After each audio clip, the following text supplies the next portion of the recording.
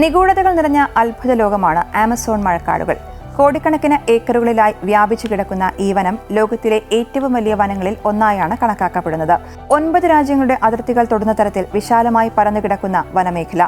മനുഷ്യന്റെ അറിവുകൾക്കും സാങ്കേതിക വിദ്യകൾക്കും ഇന്നുവരെ കടന്നു ചെല്ലാൻ സാധിക്കാത്ത പല പ്രദേശങ്ങളും ഇന്നും ഉത്തരം കിട്ടാത്ത പല മിത്തുകളും ആമസോൺ വനത്തിലുണ്ട്.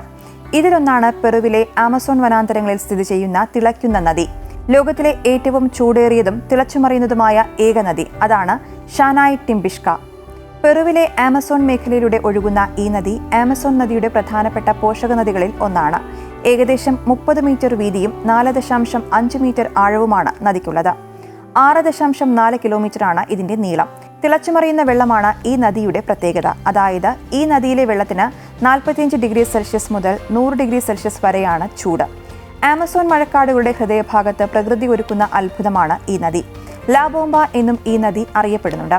സൂര്യന്റെ ചൂടിൽ തിളച്ചുമറിയുക എന്നാണ് ഷാനായ് ടിംപിഷ്ക എന്ന പേരിന്റെ അർത്ഥം. ഷാനായ്, ടിംപു എന്നീ വാക്കുകളിൽ നിന്നാണ് ഈ പേര് ഉരുത്തിരിഞ്ഞത്. ഷാനായ് എന്നാൽ സൂര്യന്റെ ചൂട് എന്നാണ് അർത്ഥം. ടിംപു എന്നാൽ തിളപ്പിക്കുക എന്നും. പേരിൽ നദിയുടെ വെള്ളം തിളയ്ക്കുവാൻ കാരണക്കാരൻ സൂര്യൻ എന്നാണ് പറയുന്നത്. എന്നാൽ സൗരോർജ്ജത്തെക്കാൾ ഭൂതാപമാണ് ഈ നദി ഇങ്ങനെ തിളച്ചുമറിയാൻ കാരണമെന്നാണ് കണ്ടെത്തൽ. പെറുവിലെ സമൃദ്ധമായ ഹുവാനുക്കോ വനത്തിന്റെ ഭാഗമായ മായിൻഡിയാക്കോ സങ്കേതത്തിലാണ് ഈ നദി സ്ഥിതി ചെയ്യുന്നത്. നദിയുമായും അതിന്റെ ചുറ്റുപാടുകളുമായും ആഴത്തിലുള്ള ആത്മീയ ബന്ധങ്ങൾ പുലർത്തുന്നവരാണ് ഈ പ്രദേശത്ത് താമസിക്കുന്ന അഷാനിങ്ക സമൂഹം.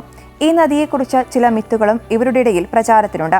അതായത് ജലത്തിന്റെ മാതാവ് എന്നറിയപ്പെടുന്ന ഒരു ഭീമാകാരനായ സർപ്പാത്മാവായ എകുമാമയാണ് തിളച്ച വെള്ളം ഉൽപ്പാദിപ്പിക്കുന്നത് എന്നാണ് പ്രാദേശിക ഷാമന്മാർ വിശ്വസിക്കുന്നത്. തിളച്ച വെള്ളമാണ് നദിയിലെന്ന് പറയുമ്പോഴും നദിയുടെ എല്ലാ ഭാഗവും അങ്ങനെയല്ല. ചില ഭാഗങ്ങളിൽ ചെറിയ ചൂട് മാത്രമാണുള്ളത്. ഇവിടെ മനുഷ്യർക്ക് ഇറങ്ങാൻ സാധിക്കുമെങ്കിലും ഈ വെള്ളത്തിലിറങ്ങിയാൽ ചില അസ്വസ്ഥതകൾ ഉണ്ടാകും എന്നാണ് പറയപ്പെടുന്നത്.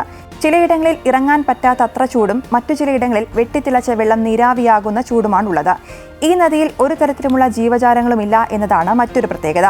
പലതരത്തിലുള്ള മിത്തുകളും നിഗമനങ്ങളും നിലനിൽക്കുന്നുണ്ടെങ്കിലും എന്തുകൊണ്ടാണ് ഈ നദിയിലെ വെള്ളം ഇങ്ങനെ ചൂടാകുന്നത് എന്നതിന് വ്യക്തമായ ഒരു ഉത്തരം കണ്ടെത്താൻ ശാസ്ത്രലോകത്തിന് ഇനിയും സാധിച്ചിട്ടില്ല എന്നതാണ് വാസ്തവം.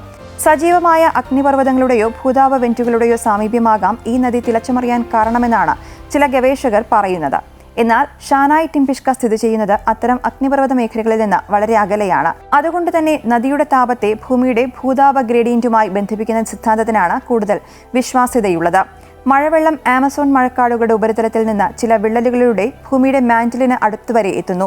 സ്വാഭാവികമായും മാന്റിലിന്റെ ചൂടിൽ വെള്ളവും ചൂടാകുന്നു.